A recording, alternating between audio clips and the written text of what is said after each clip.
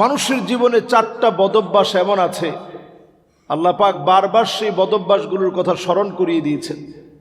1 number মানুষের জীবনে সবচেয়ে মারাত্মক বদভ্যাস হচ্ছে ওয়াকানাল ইনসানু আজুলা। কোরআন বলছে মানুষের জীবনের সবচেয়ে বড় বদভ্যাস হচ্ছে মানুষ বড্ড তাড়াহুড়া করে। এবার একটু আমরা নিজেরা যদি মিলায় দেখি, প্রত্যেকটা মানুষের জীবনে তাড়াহুড়া কম না বেশি? নেতা হওয়ার জন্য তাড়াহুড়া, একজন বলছে বেশি, বাকিরা কি বলেন? নেতা হওয়ার জন্য যেমন তাড়াহুড়া আছে, ধনী হওয়ার জন্য তাড়াহুড়া আছে। সব ক্ষেত্রে আমাদের শুধু তাড়াহুড়া আর তাড়াহুড়া। আল্লাহ পাক বলছেন এটা তোমার সবচেয়ে বদভ্যাসগুলোর মধ্যে একটা, এটি যে তুমি সবচেয়ে বেশি তাড়াহুড়া করো। এরপরে আল্লাহ রাব্বুল আলামিন বলেন ওয়াকানাল ইনসানু কাফুরা। মানুষ সবচেয়ে বেশি অকৃতজ্ঞ হয়। আচ্ছা বলেন তো, মানুষের চাইতে অকৃতজ্ঞ একটা প্রাণী এই দুনিয়ার বুকে আর আছে? যার ভিতরে প্রাণ আছে, সবচেয়ে অকৃতজ্ঞ যদি কোনো প্রাণ থাকে এটা হচ্ছে মানুষ। মাত্র খেয়ে মানুষ এখনই ভুলে যায়, খেয়ে উঠতে পারে না, এর আগে ভুলে যায়। অজস্র যে নেয়ামত আল্লাহ দিয়েছেন, প্রত্যেকটা নেয়ামতের কত দাম হারাইলে আমরা বুঝি। আমি উত্তরবঙ্গে একটা সপ্তাহ মাহফিল ছিল টানা, প্রচন্ড শৈত্যপ্রবাহের কারণে গতকাল থেকে কানে কম শুনতেছি। ইনসাফে দেখালাম, বলল যে হুজুর কানের পর্দাটা একটু ফোটা হয়ে গেছে। আজকে আমি কথা বলতে গিয়ে আন্দাজ করতে পারতেছি সুবহানাল্লাহ, আল্লাহর প্রতিটা অর্গান যে কত দামি। এই যে আজকে কথা বলতেছি, এক কান আমার কাছে অবশ অবশ মনে হচ্ছে। কথাটা কতটা লাউডলি বলছি এটা আমি ওই রকম আন্দাজ করতে পারতেছি না। তো এটি স্বাভাবিক, আল্লাহ তাআলা প্রত্যেকটা অর্গান দেন, থাকার সময় শুকরগুজারি আদায় করেন।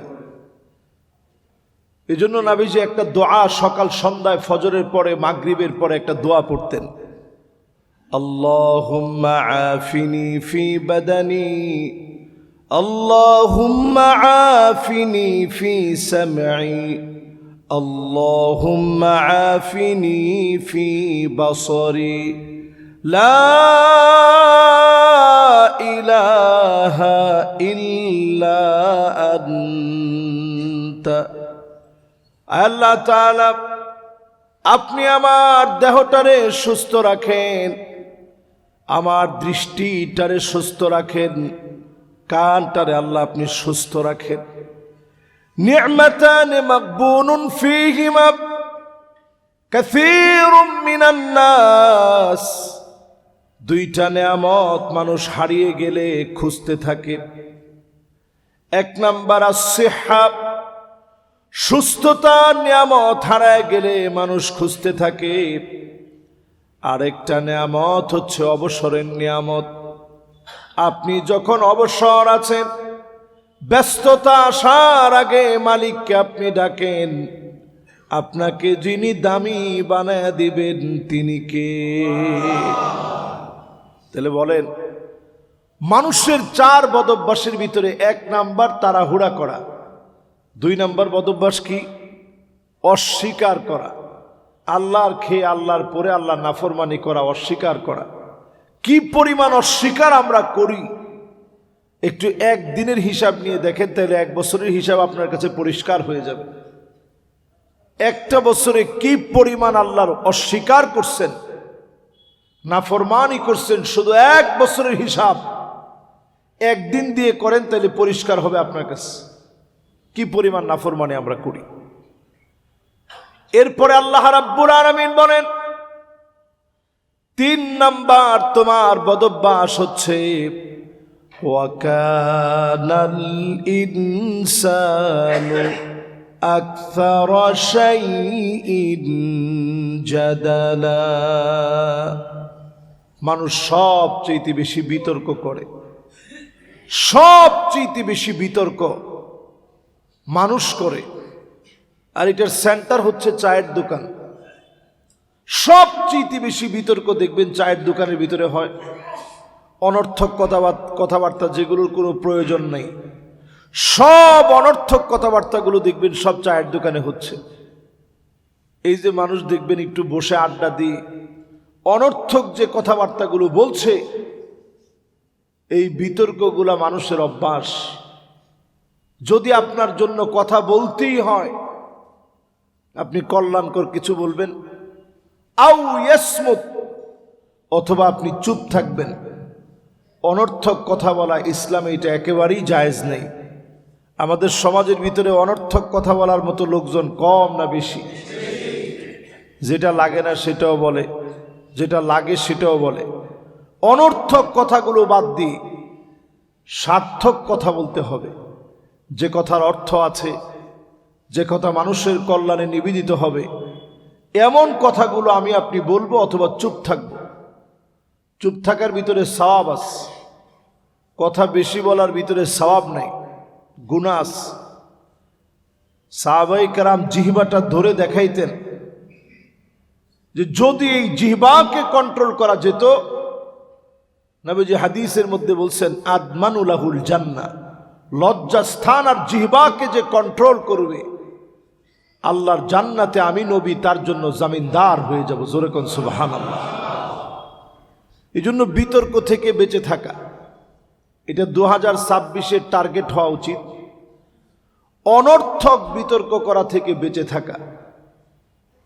এরপর 4 নাম্বার মানুষের বদ বৈশিষ্ট্য নাম্বার 4, নবী করিম সাল্লাল্লাহু আলাইহি ওয়াসাল্লামের উপর আল্লাহ আয়াত নাজিল করে জানিয়ে দিলেন, ওয়াকানাল ইনসানু কাতুরা। মানুষ সবচেয়ে বেশি কৃপণ হয়, সবচেয়ে বেশি কিপটা, সবচেয়ে বেশি কৃপণ। জীবনের সব কিছু পাওয়ার পরও কদ্দুর আমরা আল্লাহর জন্য দিই, একটু চিন্তা করে। একটা গরু, তার হাড়গুলো পর্যন্ত নিয়ে আমরা মেলামাইনের প্লেট বানাই, এরপরে খাই।